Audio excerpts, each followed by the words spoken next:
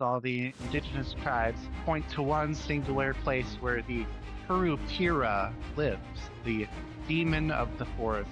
It's kind of like the guardian of the Amazon rainforest, and it's known to protect those who disrespect the jungle. You're listening to the Cryptid Crew Podcast. I'm your host, Mark Childers.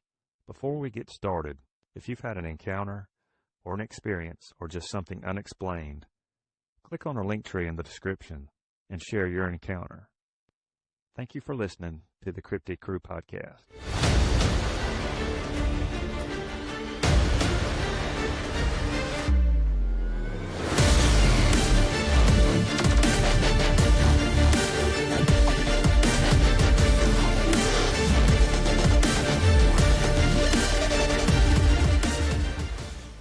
On this episode of the Cryptid Crew Podcast, I have the privilege of introducing cryptid researcher and author Ben Tejada-Ingram. Ben, thank you for coming on the show. Thank you for having me. It's an honor to be here, sir. Thank you very much. Yes, absolutely. I've been excited about this episode and looking forward to it. And we'll just kind of dive into this, Ben, if you want to, and tell the listeners and myself what got you started into the world of cryptids. Yeah, I guess TV shows like the show Sightings growing up on the Sci-Fi Channel probably was the big one that I got obsessed with. And ever since then, that's kind of what hooked me. And then growing up, I had what I think was a Bigfoot encounter. I was in the 6th grade, and we lived in Southern Oregon, and my parents live out in the woods. Me and a couple friends were camping outside of the house on the giant trampoline out in the woods, right outside the house. And we kept on hearing something walking around in the woods. And it was starting to creep us out because it didn't sound like something like normal. It sounded like something big walking around out there. And about 20 feet off to the side of the trampoline, the ground like drops off kind of like 45-degree angle downhill. And so then like maybe another like 40 feet down the slope, we hear a very loud snap. It's almost as if like a small branch or tree got snapped or broken. And right after this, we hear something crash, crash, crash running up this slope embankment. And when it gets to the top, 20 feet away from us, it emits this blood-curdling screech. Very high-pitched, very loud. And, it was nighttime, like we couldn't see what it was, but it was so absolutely terrifying that we all just ran back to the house. I don't think any of us even looked at it. I wish I had looked to see if I could see what had made that sound. But yeah, we ran inside, locked all the doors, freaked out and everything, but I don't really know to this day what it could have been, other than possibly a mountain lion. And because I know that mountain lions do make these like weird, high-pitched, screeching noises. If I could compare it to anything, it kind of sounded like a velociraptor in Jurassic Park. But oh man, like people talk about like Bigfoot's making infrasound, like instilling you with that gut feeling of fear. There's no like question, like this was meant to scare you. It was not a human being, I'll tell you that. But it did sound like something that was running on 2 feet, something big, you know what I'm saying? So what could it have been other than a Bigfoot? So How long did, I was just like curious, how long did the encounter last? not long at all, man. Like it was fast. It happened. Yeah, it happened very, very fast. It was over like probably 30, 20 seconds. I don't know. Like a lot of people say you have to have that kind of experience to like open your mind to these possibilities. But I guess if that happens to you at kind of a younger age, then you're just open to it and you start looking for these things early on, you know? So I guess people ask me, what do you want to do when you grow up? I had to do like a book report. I'm like, I want to be a paranormal investigator. And I did a whole like report. But I'm like, oh, wait, that's not a real job. But I did find a paranormal investigator and interviewed him. I don't even remember who it was. Yeah, that was me from a young age. Yeah. Ben, it sounds like whatever that was trying to intimidate you guys.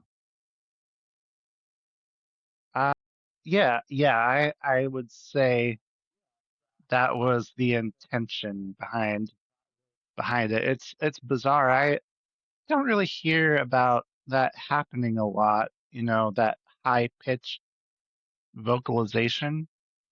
But the whole thing about like the tree snapping, like that's people would call that a super knock.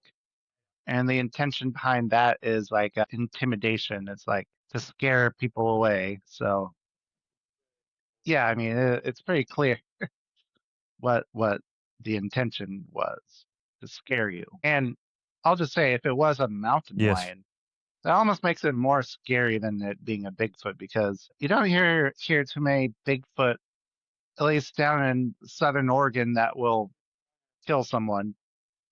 Maybe up in Alaska they might, but you do hear mountain lion attacks. And if that was a mountain lion, like our lives would have been in a lot more danger at that moment. Like who knows? We could have been on the menu that night. If it was a mountain lion.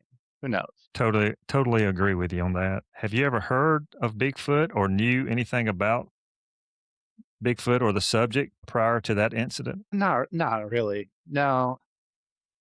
Well, yeah, not any more than like a normal Southern Oregonian, I would say, because it's kind of like baked into our culture. You would say it's like Bigfoot is Northern California, Southern Oregon. Even now, I live in like up around near Portland, and it's just part of the culture. Bigfoot's everywhere. It's like the Trailblazers mascot, Not everyone, but so many people have Bigfoot stories. You go into like a like Oregon gift shop, like every T-shirt is Bigfoot. All the like, it's just Oregon. Everyone's familiar with it. It's no big deal. And I don't know. I guess that's kind of why in my research and writing, that might be why Bigfoot just seemed kind of like normal to me, and why I kind of looked elsewhere in the world to investigate. Not to say that I'm not fascinated by Bigfoot, because I am, and I definitely spent a lot of time watching all the shows, reading books, going to museums, even. I love Bigfoot, don't get me wrong, but Bigfoot around here is just like an almost everyday thing. I would say like 1 in 5 people probably have seen him around here, if I had to guess. Yeah, I'm sure there's a lot more sightings and encounters than what's reported. Well, probably. Ben, tell us about your most recent book you've written called Mysteries of Kurupira. All right. Yeah. So the Mysteries of Kurupira painting was done by my mom. She was the artist. No AI involved this time. Anyway, the Mysteries of Kurupira, the hidden land of unknown creatures that inspired Sir Arthur Conan Doyle's Lost World. And are you familiar with Arthur Conan Doyle's novel, The Lost World? Have you? I have heard of it. I have not read it. All right. So for anyone who hasn't heard or read that book, it was written in the year 1912 by Arthur Conan Doyle, who was the famous author who wrote Sherlock Holmes. And so it's about basically a crazy scientist who tells like all the other scientists in Britain, I have evidence of dinosaurs. I've discovered them out in Brazil. There's a like Table Mountain way out in the jungle, and these Table Mountains are actually real. They're called tepuis. There's over 100 of them that exist in Brazil, Guyana, Venezuela is the main country. And it actually is very interesting because a lot of these tepuis have barely been explored because, for one, they are so remote, and for two, like they're cliffs, like they're kind of like irregular shaped but cliffs all around. And so to get on top of them, you either have to be an expert cliff climber or you have to take a helicopter. But the helicopters can't really land. There's nowhere to land. It's like jungle on the top. So it makes it very difficult for anyone to like go out and see what's up there. And the ones that you've probably heard that have been explored more than any, but even that's not very much. It's been proven that a lot of unique species exist on these mountains that aren't found anywhere else, which is kind of what Sir Arthur Conan Doyle thought in his novel. He thought these places, whatever is up there, is cut off. It's so like cut off from the outside world. It's separated by these massive cliffs. Would it be possible for example, prehistoric creatures from the distant past to survive when everything else down below didn't survive? So anyway, back to the Lost World. It's about the scientist out in Great Britain who claims that when he was out there, he was exploring the Amazon jungle and he came across another guy, a European who was about to die. And this guy, he died, but he left behind a journal. And the journal had a bunch of illustrations. And in them were pictures of a Table Mountain. And then on the next page, there are pictures of fantastical creatures, like a lizard with spikes on its back, things that shouldn't still exist. And so this supposedly fictional character, Professor Challenger, makes a very interesting remark in the novel. He says, I could guess where this dead traveler came from who wrote this journal. All the tribes, all the indigenous tribes, point to one singular place where the Kuru Pira lives. The demon of the forest is what it is. It's kind of like the guardian of the Amazon rainforest, but it's also a shapeless evil entity in other thought, and it's known to protect those who disrespect the jungle. It's more than just like this mythological entity. It's also has a specific home. And it's he says this like right in the beginning of the novel. He's like, all the tribes, they all point to where it lives. And I knew that that's where this guy who wrote this journal came from. And so in The Lost World, Conan Doyle, the fictitious character, he says, then I went and followed towards where the Kuru Pira lives in the jungle.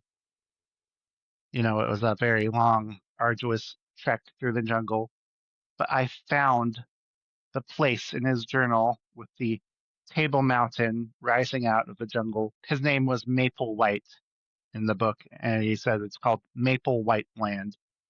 He says when he got there, he saw some of these creatures. He saw these dinosaurs, and they're real. They exist out there.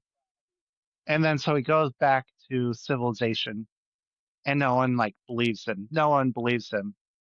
So the novel is kind of about the adventure to go back, and it's told from the perspective of a journalist who is joining the second expedition to go back with more guys, and It's, this wild, crazy story that was very popular at the time, up until um, about the 1970s. I don't think anyone ever proposed that it could have been based on, okay, well, people always thought, obviously, these Table Mountains are based on the real Table Mountains. There's hundreds of them in Brazil and Venezuela, but like this whole story is fake. That's never happened.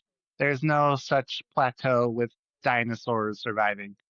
But in the 1970s, there was a man, Czechoslovakian author named Yaroslav Mares. Now, Yaroslav Mares wrote a book that was never translated to English.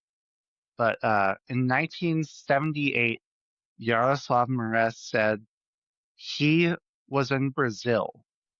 And a little background on this guy. This is a real guy who he's deceased now. And I guess I want to say my book is a unofficial follow-up to his books. So Yaroslav Mares, he was worked for Czechoslovakian Airlines, and his job was to go around and open new air routes so he could travel the world. In the 1970s, he found himself in Manaus, Brazil, and he was in a bar, and he was talking to a Amazonian fur trapper, and this Amazonian fur trapper was talking about Kuru Pira, not the mythological entity, but a location, like a mountain that he had been to. And he was talking about the same way that they talk about in the novel, The Lost World. He was saying, everyone is scared to go there. No one goes there. And what is more, this guy in the bar, this guy tells him, I met a Venezuelan defector from the government. He was on the run from Venezuela, and he was out there in the middle of the jungle, and he had told me he was with a group of about 10 other guys, and they had camped on this mountain that I know was Kurupira. He didn't know that. And they had made camp there. And everyone he was with told him to go scout ahead. And when he came back to camp, everyone was dead. This Venezuelan military defector, he did not know what had happened. It was like everyone had dropped dead. And he was so terrified, like there was no injuries on any of the bodies. So at that point, he just runs. He runs. He's terrified. It's traumatizing. And this is the story, but it corroborates other stories. This is why no one goes to this mountain, Kurupira, because there's all these legends that if you go there, you will just drop dead. The Kurupira, the entity, guards this place. He will protect his domain. People will just drop dead out of the blue for no reason. Anyway, this is the story that Jaroslav Mares, the Czechoslovakian author, he hears this story in the early 1970s in a bar. And he instantly makes that connection, like, where have I heard this word Kurupira? Of course, I have heard this in the book The Lost World. And he's like, wait a minute. Like, this is exactly the same. I wonder if this book, The Lost World by Arthur Conan Doyle, is actually based on this real place these people are talking about.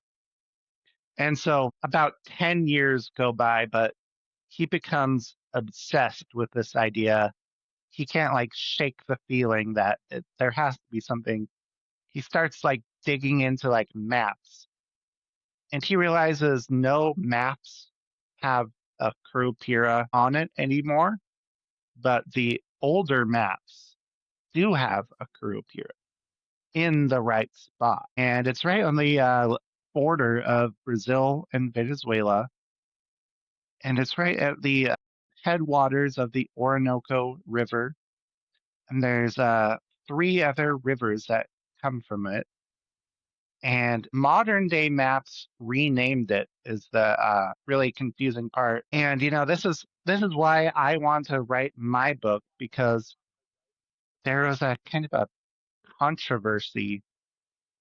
I was introduced to this subject by my friend João Marcos, who sent me an email linking like an article about Kurupira to me, and he was like, Ben, did you know there's this other plateau in South America with allegedly more dinosaur cryptids? But like, I am from Brazil and I've never heard of it, and I can't find it on the map. Like, where is it? Seeing as how you're like author researcher, maybe you could figure it out, um, more or less. And I have previously written books about these tepois plateaus in Venezuela, a completely different one with other cryptids, but I had never heard of Kuru Pira. So it kind of instantly grabbed my attention. And I was like, what? How have I not heard of this before? So my whole thing was I wanted to like figure out where it was, if it was even real. Basically everyone who spoke English, because keep in mind the book Yaroslav Mores published was in Czechoslovakian. The only English-speaking people could not find it. Some people were even saying this is all a hoax. It's not real. He's just making it all up. So I guess yeah, my motivation was I wanted to see if it was real. I wanted to kind of vindicate Yaroslav Mores, prove it was real, and also kind of find more evidence of the supposed cryptids, like more sources to verify his accounts. And I wanted to break down the clues left behind in the novel The Lost World and really like dig into them and see if the Lost World really secretly showed the way to get there. So that is what my book is about. And I know that's might be a little confusing. Please look it up on Amazon. But yeah, I definitely want to unpack it a little more. Yes. Do you have any questions yet? Ben, let me ask you this. Why do you think that was removed from current maps? All right. Yeah, that's. I thought about this a lot. 1960s, it's gone from the maps, but I was able. This was like me and Jean Marcos. We were shocked when we discovered a website called the David Rumsey Map Collection. Super cool website. It's like an archive of old historical maps. Incredible website. And you can go on there and search text on maps. So when we found that site, we looked up Kuru Pira.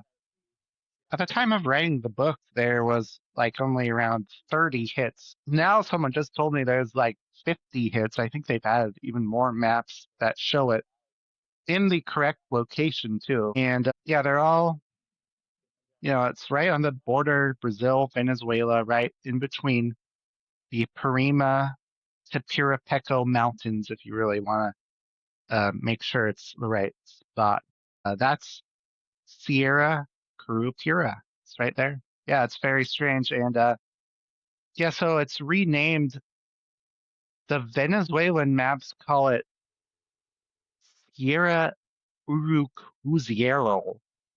And then here's something crazy. Modern maps, some of them put Sierra Kurupira 100 miles southwest onto a completely different area. It's like, are you guys trying to mess with us or throw us off the course? Like historically documented, like we have proof that's not the right spot, but you guys changed it. And so, yeah, I mean, the way to find it on Google Earth is Cerro Delgado Chalbad, and the guy who gave it that name was a guy who went to find the source of the Orinoco River, which you could argue that was done because Delgado Chalbad was the dictator of Venezuela, and perhaps it was egotism.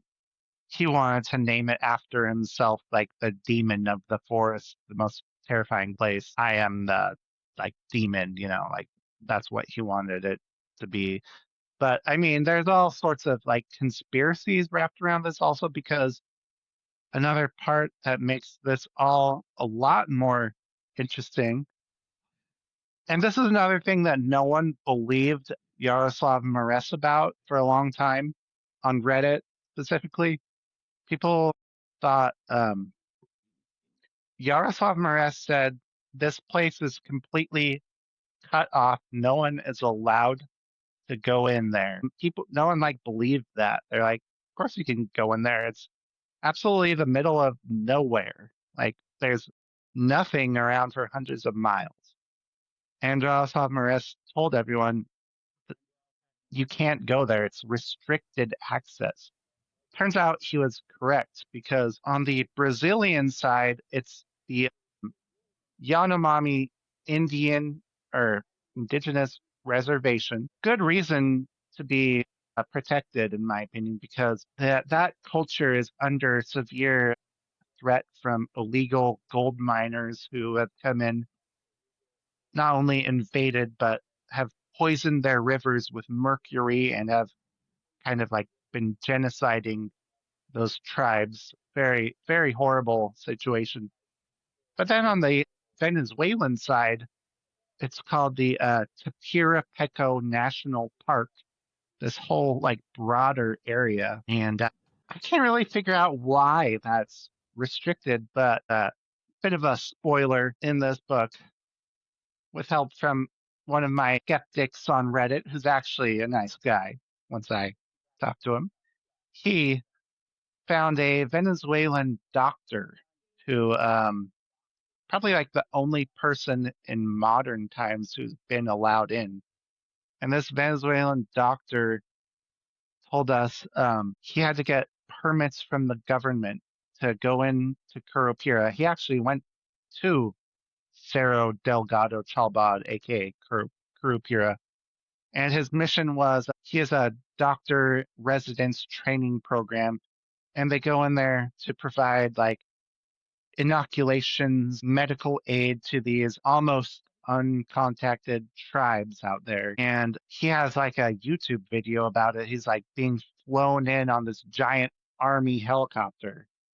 And so I interviewed him and I'm asking him all my questions, but one of my questions, like I did ask him about the cryptids because that's what I'm very interested in. And while he didn't see any, he told me that apparently there is a tribe that lives right there in this day and age. And this tribe told him that they have legends about a creature out there that is the size of a whale or an elephant, I believe. And this thing is so large and massive that it knocks down trees where it goes. And this doctor, he's like, I am uncertain whether they're referring to a real creature or a spirit, but to me, I don't know. It's like I don't see a spirit creature knocking down trees, but they do compare it to a whale, which I find a little bit strange, like because it's a tribe out in the middle of the forest who's probably never seen a whale before. The only reason you would make that comparison is if there was something that large and massive existing out there, which is really weird and which does tie into one of the cryptids that Yaroslav Mares reported, which is called the Sua, which allegedly he was told it's kind of resembles a dinosaur-ish creature with a long neck that's very large out on Kurupira.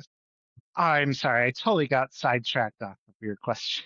But anyway, That's no problem, Ben. There's, researching this today, the Amazon forest by itself, I believe, is, if I remember correctly, 1.3 or 1.5 billion acres. And to go back to what you were saying with these tribes, there's been tribes that have been discovered just recently and the last couple of years. And one of them that was discovered in Brazil was called if I'm saying this correctly, the Kura tribe.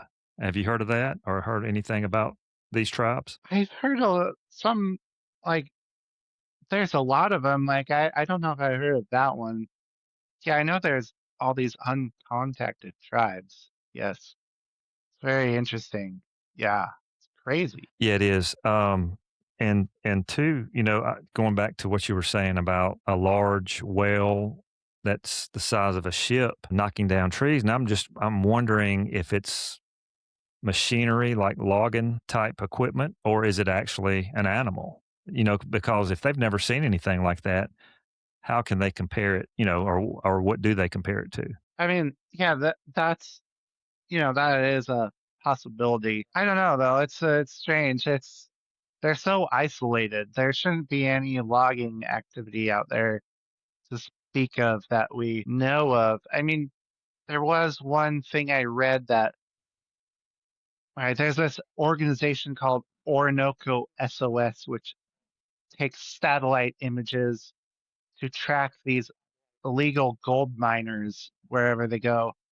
And Orinoco SOS, like, they're like, there's evidence of some kind of like camp out here, and possibly they're in cahoots with the Venezuelan military. No, it's all like a big bribery situation, which is why they're kind of allowed to exist. But I don't know. There is another similar case in another part of Brazil where like a giant cryptid thing like came right through a town, and like people were like so confused. It's like it left this big trail and everything, and no one really knew what it was. And all the debunkers are like, it was just a big like tractor. But it's like, you guys know what a tractor looks like in a town of people? I don't know. I really, I guess it's possible, but I don't know. Interesting though. Who's to say? Yeah. Yeah, for sure. Yeah, absolutely. And I can't wrap my head around actually 1.3 or 1.5 billion acres, of forest and rivers and wetlands and what have you. So there is no telling what's undiscovered in that environment. Well, yeah, I mean, especially considering like we're talking about an area here that's hundreds of square miles that no one is legally allowed to enter except for the tribes out there. But that doesn't stop the gold miners. But it's basically like biological like paradise out there. Like who knows what's out there, man? Like there's been very, very little like actual like research or exploration done as far as I'm aware. Very little. Yeah. What's one of the main stories that kind of sticks out to you of report of sightings or going back through your research? Oh yeah. All right. So guess I guess I should can I back up to one more thing before I get to the sightings? I just want to Absolutely. add a little bit of credibility to the Lost World connection, because that's something that I think no one has ever understood how it's possible that Arthur Conan Doyle knew about all this. Arthur Conan Doyle had a source. Have you ever seen the movie The Lost City of Z? Awesome movie. I recommend it. It's about the explorer Percy Fawcett, who was obsessed with exploring the Amazon jungle, looking for the lost city of Z, as he called it, which he thought was an undiscovered civilization, or possibly the Incas, but definitely some kind of major lost city out there. And this was back, in the same era. And Percy Fawcett had spent years and years and years exploring the jungle. That's like all he did. It is actually documented that Conan Doyle met with him 1 year prior to publishing The Lost World. And Percy Fawcett talks about it in his memoirs, and was like, this meeting, he talked about this other plateau he ascended.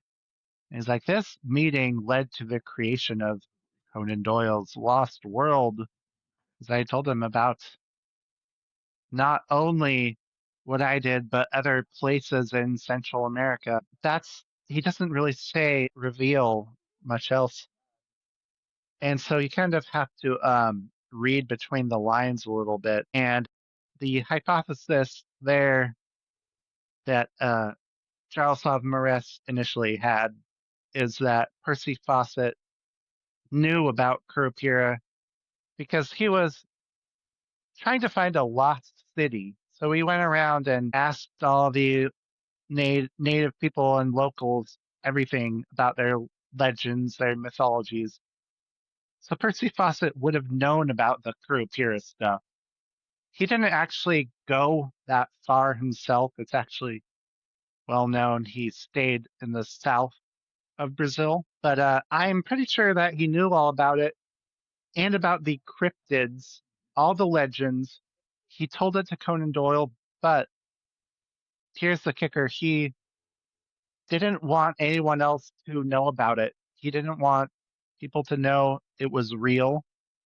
So he told Arthur Conan Doyle to disguise it all under the guise of fiction, if you will, because I think that Percy Fawcett wanted to go there for himself to make the discovery. You know what I'm saying? He wanted to be the one to actually set boots on the ground there. And that's unfortunately, Percy Fawcett went missing in 1925. He went out on another expedition and was never seen or heard from ever again. So that is, I believe, how Arthur Conan Doyle baked in all this very real information in his novel. There's even like a map that show the route that actually, but if you break it all down, the route they talk about in the novel is almost the exact same route that Yaroslav Mares actually took in the 1970s when he actually went there before it was all off limits. I think, it's a little too much coincidence, too much going on there for it to all be just a coincidence, but very, very interesting nonetheless. Anyway, yeah. So the other weird thing about the book, The Lost World, is there's a creature called the Stoa, which is depicted as a um, dinosaur. And at the time, people had inaccurate descriptions of dinosaurs, so they describe it in kind of a goofy way, but it's very clear they're talking about a large carnivorous dinosaur. And so when Yaroslav Mares goes to Kurupira in 1978, he also was very surprised to hear some of the population around, like right around there, telling him about something they called the Stoa, but they didn't give him like much detail about it. They were kind of vague, but they were obviously kind of scared. And Yaroslav Mares, in part two of his Czechoslovakian book, what part one of his book is the telling of his expedition to Kurupira, and part two of his book is the retelling of a diary. He meets a prospector who doesn't want to share his real name, who gives a fake name Reginald Riggs. He's Scottish, and this prospector was actually one of these illegal gold miners in the Amazon jungle. He was a criminal, don't get me wrong, not really the most upstanding character, which is why I actually think he might have exaggerated things to some degree. It's hard to say, really. He liked to tell some stories here and there, that's for sure. But this prospector lived a life of crime out in the jungle for many, many, many years. Had many harrowing adventures, lost everything. And basically, at one point, his whole crew of gold mining companions disbanded. And he had the experience, Reginald Riggs, I'm talking about. Reginald Riggs, we have his diary that has been published by Yaroslav Mores. He's basically has a point in his life where he becomes destitute, he's broke, he has nothing to his name, but he knows what he's doing. He knows how to find gold out in the jungle. He knows how to find precious stones. And he sets off on his own. He thinks to himself, what's the one place I should go look that I haven't been to? He thinks, I'm going to go to Kuru Pira. All of my pals are too scared to go because they're all so superstitious they won't go check it out, but I'm going to go there. So he goes there, and basically he says immediately he goes there and he strikes it rich on day one. He finds this waterfall coming off of the cliff, and on the bottom of the waterfall there's just diamonds everywhere. And he's like, well, I am just rich. I am set for life now. So Reginald Riggs, he's like, okay, well, it's actually kind of nice out here because no one is here. Everyone's too scared to come here. I kind of like it. And I'm rich now. I have all these diamonds. So he decides to build himself a little cabin out there, uh, right by Kuru Pira. And he lives out there for about the next 10 years. And he's out there.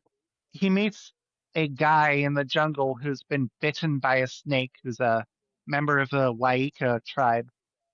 Reginald Riggs has some anti-venom. So he goes and saves this guy's life. Turns out this guy, his name is Ritua.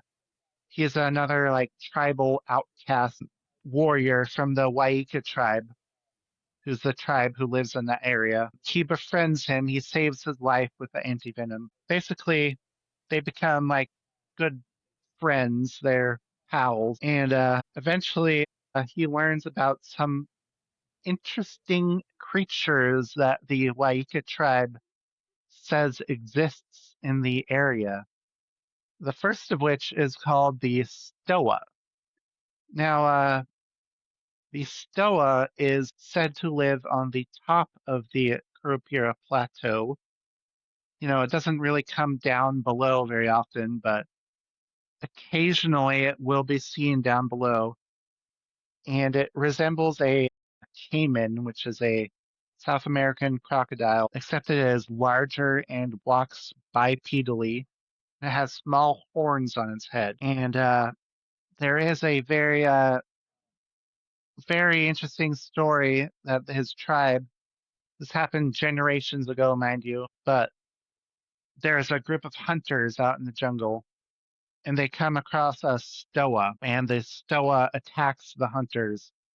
And so the hunters shoot at it with their bows and arrows, but the arrows just bounce off. It has a very thick, armored, scaly hide.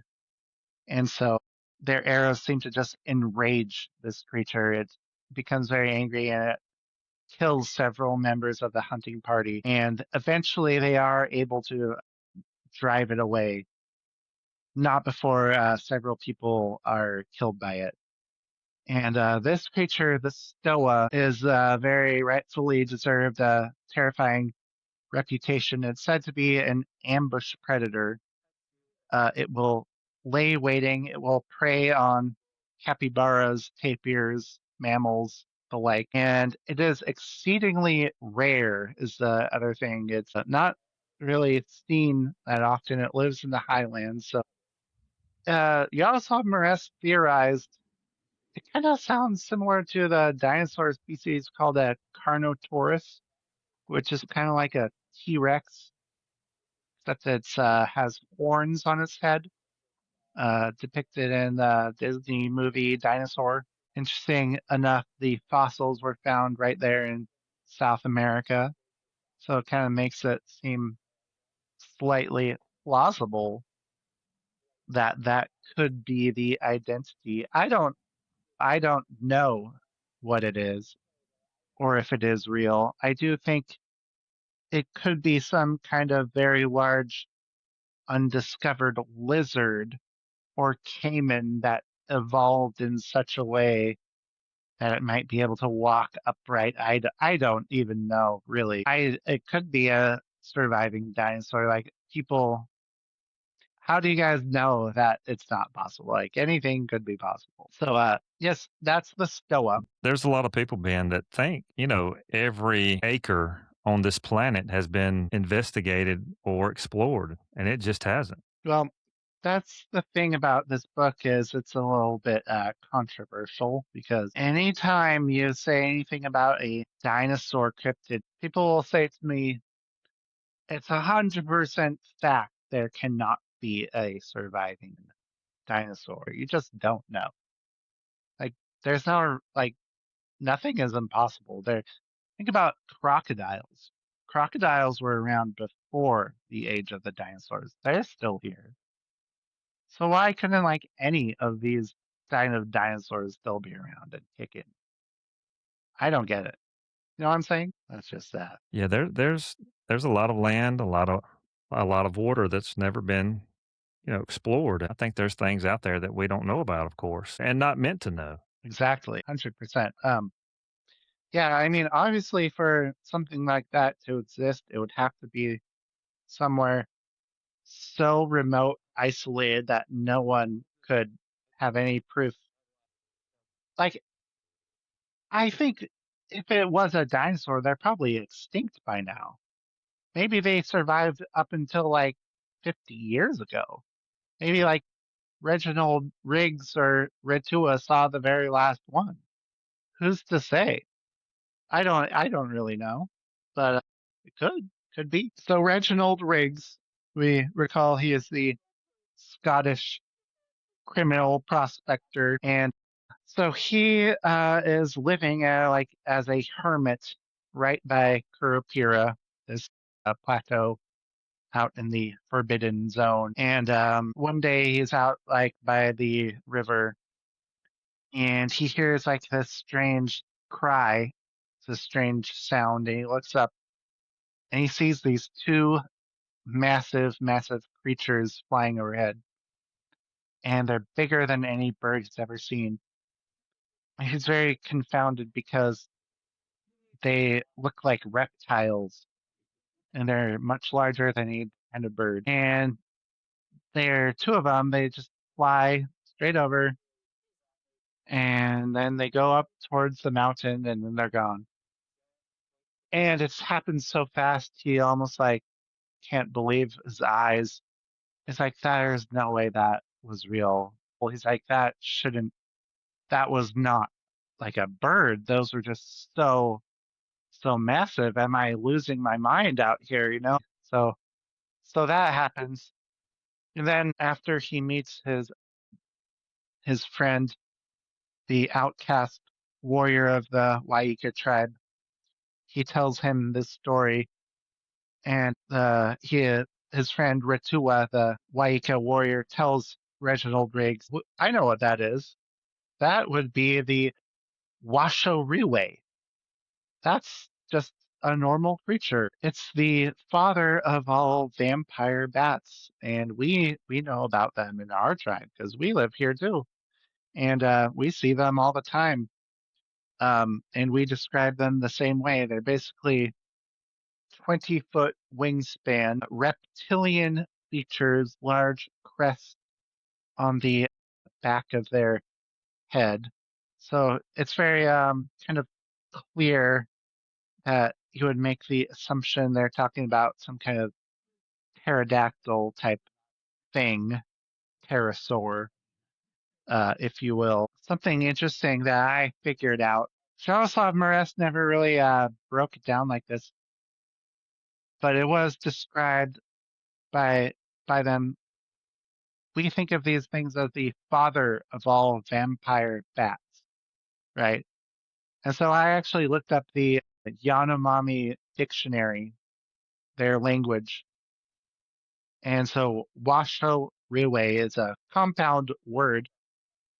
Washo means large bat, and Riwe means ancestral spirit. So these ancestral spirits are like larger and more powerful and kind of like the proto version, and they kind of exist in another dimension. They're the originator, but apparently they believe since the thing is a flying creature, it's able to like go in between these dimensions and can be seen, and that's why they think it's the Washaruwe spirit. They don't like see it as a physical creature.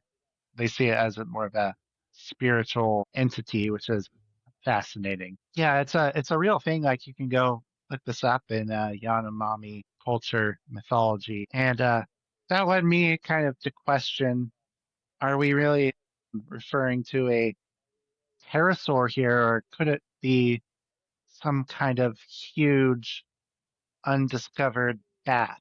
And it does turn out that there are reports in southern Venezuela, right across the border, of large bats in various tribes out there. And I have talked to a wildlife researcher biologist who runs a wildlife nonprofit in Venezuela. I was talking to him about it. He told me, oh yeah, there's like over 1,000 species of bats in Venezuela. There's 100% unknown bats out there, and this whole area we're talking about is perfect for bats because these tepuis are riddled with caves, so that makes it perfect bat habitat. But not only that, it's like so inhospitable once you get into the more mountainous areas to land creatures. The apex creatures are going to be airborne creatures like bats and insects. So a huge kind of like bat species could exist out there actually, and it could grow to something of like absolutely staggering massive size if it was, the apex species of that ecosystem, hypothetically. So Reginald Riggs does have a interesting counterpoint to this hypothesis because later in his book, in his diary, he says many years later after my first sighting of the Washoe Railway, I hear the sound again. He's still living out in the jungle by Kuru Pira, but he hears the same vocalization that he heard the first time. And he immediately knows there it is. So this time he goes and grabs his rifle. So he goes and follows it, but he's being stealthy. He's a skilled hunter. So he goes, follows the sound, and then he sees the creature, like the clearing, and he sees this massive creature, he says in his diary, sitting on a rock outcropping. And this time he gets a very, very good look at it. He says it's like massive. It's like probably like 10 feet tall. It has huge leathery wings, has a large beak, a large crest on the back of its head. He even like describes the colors and everything. And it's sitting on this rock and it's screeching. And then it's very interesting in his diary. He kind of has this internal debate with himself At this point, he's thinking this is something that should not exist. Could be the greatest discovery ever. I have my rifle. I could take a shot and get it right now. But he's like, dude, if I miss, like, I only have one shot right now. This thing is massive. It has huge beak. I could just piss it off. Who knows what would happen? It might just kill me. So he like considers his chances, and he ultimately decides, even if I do kill it, I'm out in the middle of absolutely nowhere. What am I gonna do with it, even if I kill it? There's no possible way I can transport the body back to civilization. Probably like the best I could do would be chop off the head and drag the head back with me. But it's like that kind of seems difficult to transport through the hundreds of miles of jungle. So he decides just to sit back and observe, and which he does. And so eventually another one flies in, and at which point the first one takes off. And so now there's two of them. Let's call them pterosaurs for now.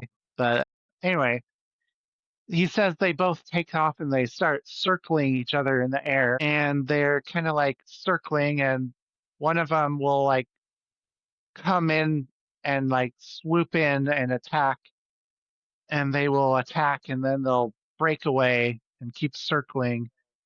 And they're so large, he's like, this is like watching a old World War I movie of like the fighters.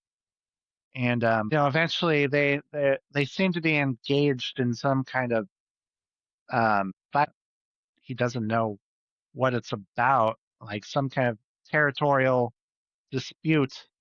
But eventually they just either get tired, or perhaps one of them has the upper hand and they've had enough and they just depart. But yes, that's Yeah, that's belief. pretty wild story. But let me play this video for you here, and for the listeners, they'll be able to see it. It's something that I located about 2 or 3 years ago, and it occurred in um, near Idaho Falls. Let me pull it up here. Okay. All right, here we go. Let's see. Oh,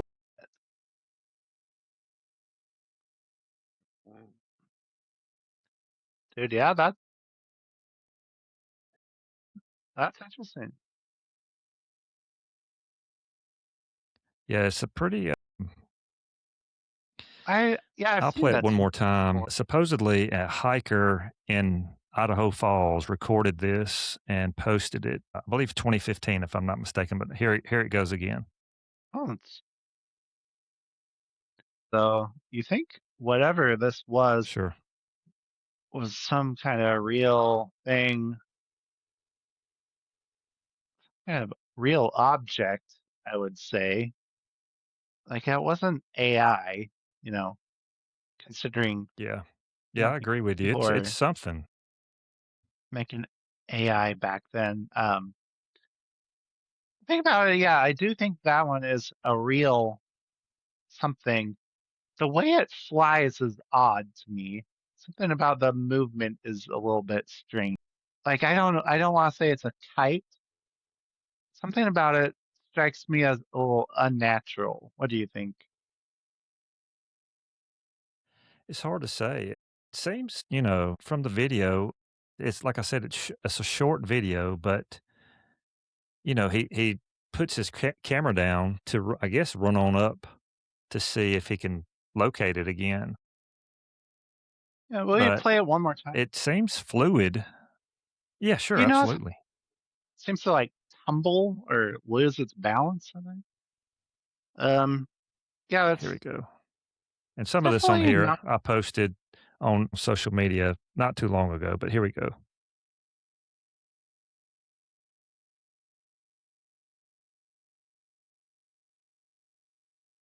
Huh.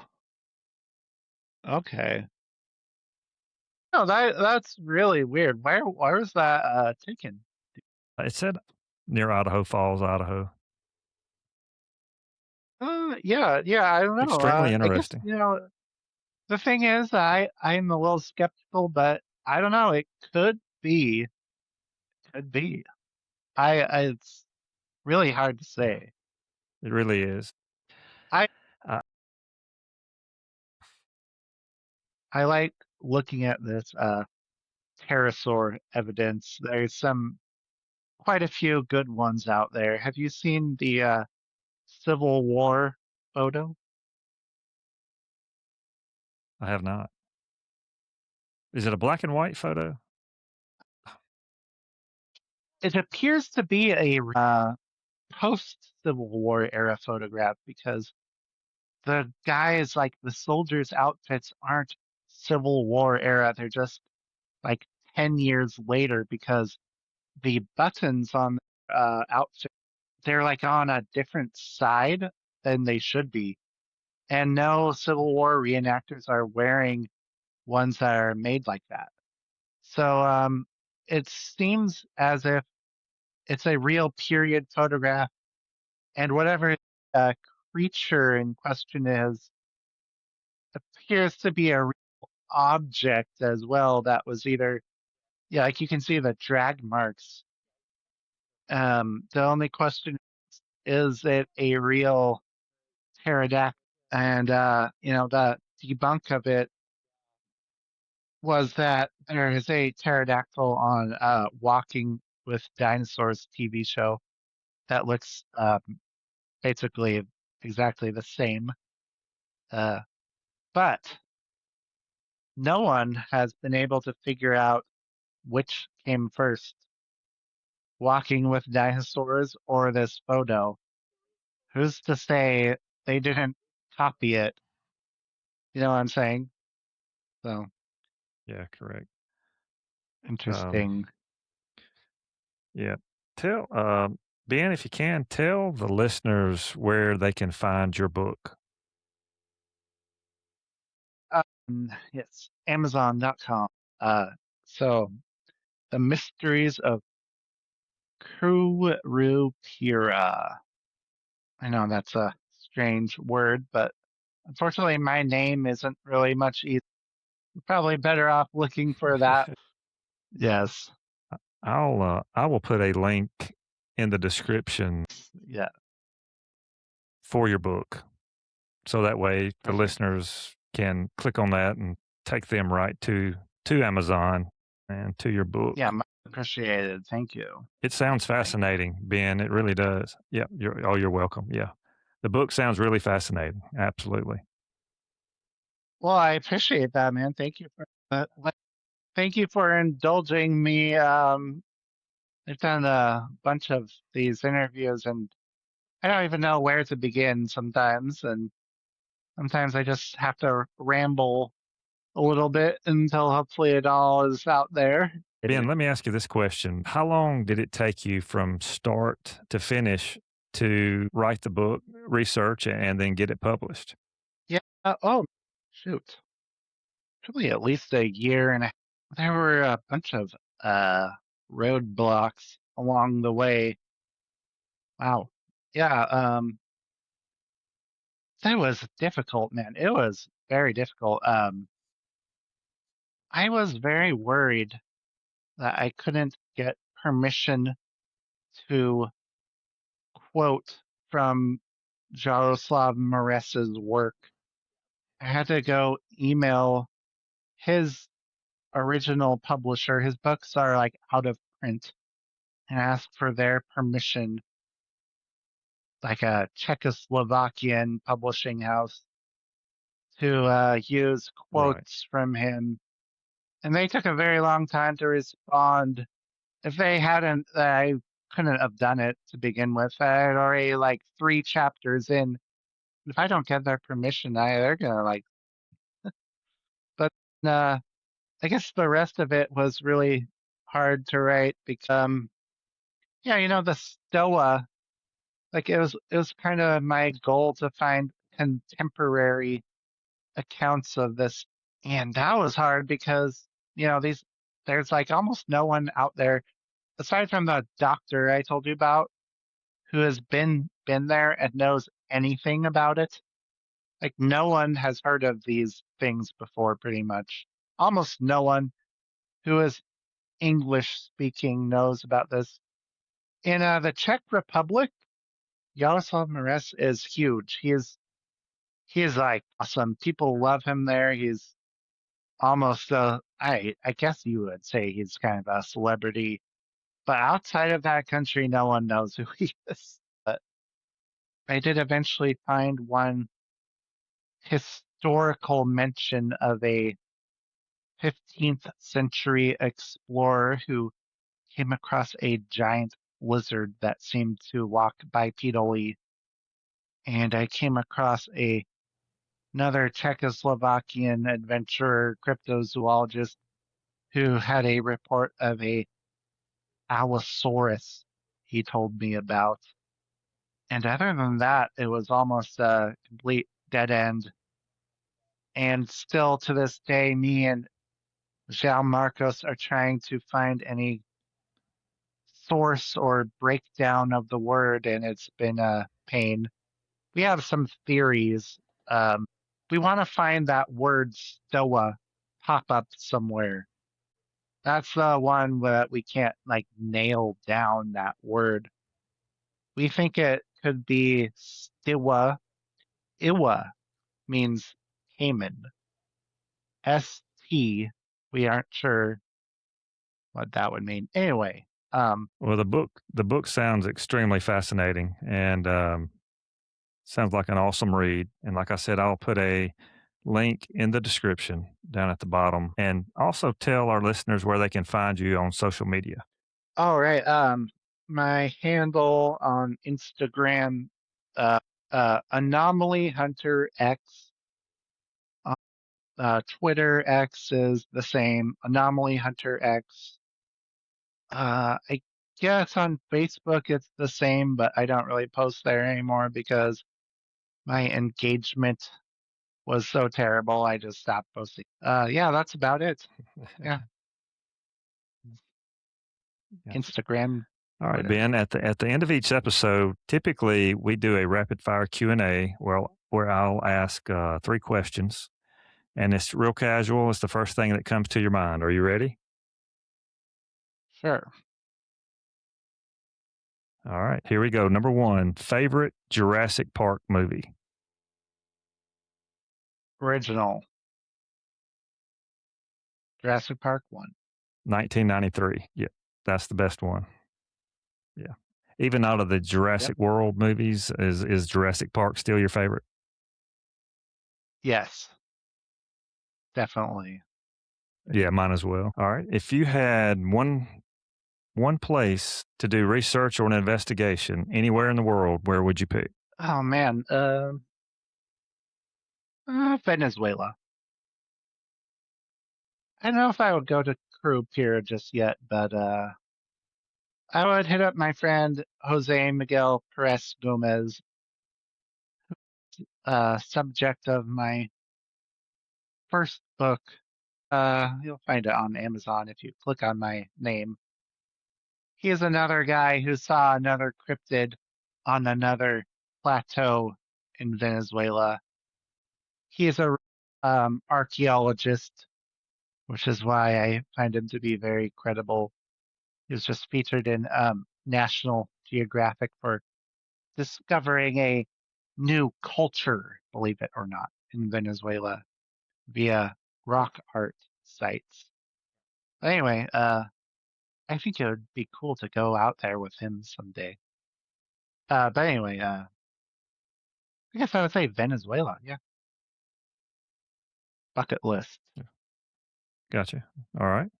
Yes. Number 3, if you had one meal to choose from to eat from now on, what would it be? Oh gosh, that's the most difficult question you've asked me. Ah, man. Uh, the toss up between burger, food, burritos, and pizza. Good choices. Well, Ben, thank you again for coming on the show. It's been awesome. I've enjoyed talking to you. And like I said, I'll leave some links down in the description for the listeners to keep up with you and check out what's going on. And if you have another book come up or something else, we'll have to do a part 2 as well. All right, sounds good. Yeah, thank you again so much for having me. And yeah, I appreciate it. Yes, absolutely enjoyed it. And for the listeners, if you've had an encounter or something strange or unexplained, shoot us an email with your contact information at the Cryptid Crew Podcast at gmail.com. Thank you for listening, and God bless.